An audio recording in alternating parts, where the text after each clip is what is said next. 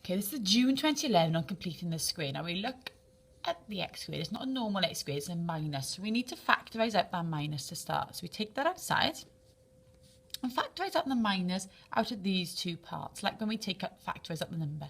So factorising out the number, the minus out of this, leaves us with x squared.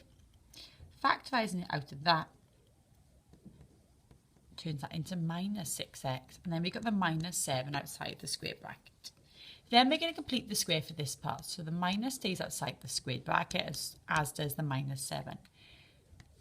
Put a bracket squared with an x.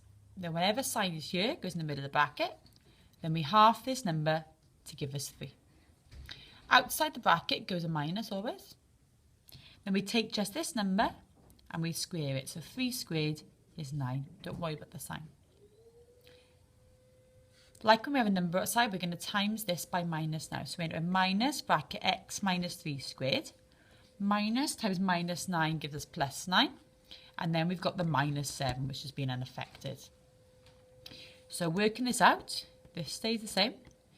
9 minus 7 is positive 2. So our values are, this time, this part was labelled A, so A is minus 3.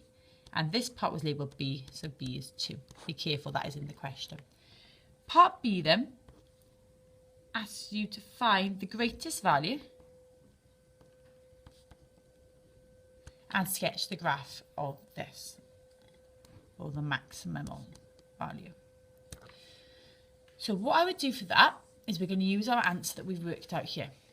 And we know that it is a negative quadratic, a negative x squared. So that shaped graph is like an N shape. Okay. Now then, the greatest value is where it's at the top here. So we want to work out what's that coordinate. I probably should have moved over a little bit. So the greatest value normally we get from outside the bracket, which is 2. Okay, so the greatest value, the highest it's gone up, is 2. So the y value is 2. Put 2 there as well. The x value is how far across it's gone. And remember, we get the x from the bracket.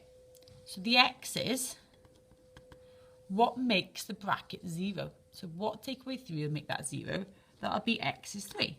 So we go across 3.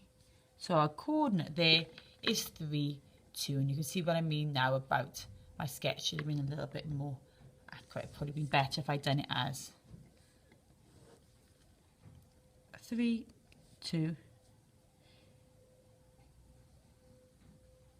then done it more there. Cross 3 and up 2.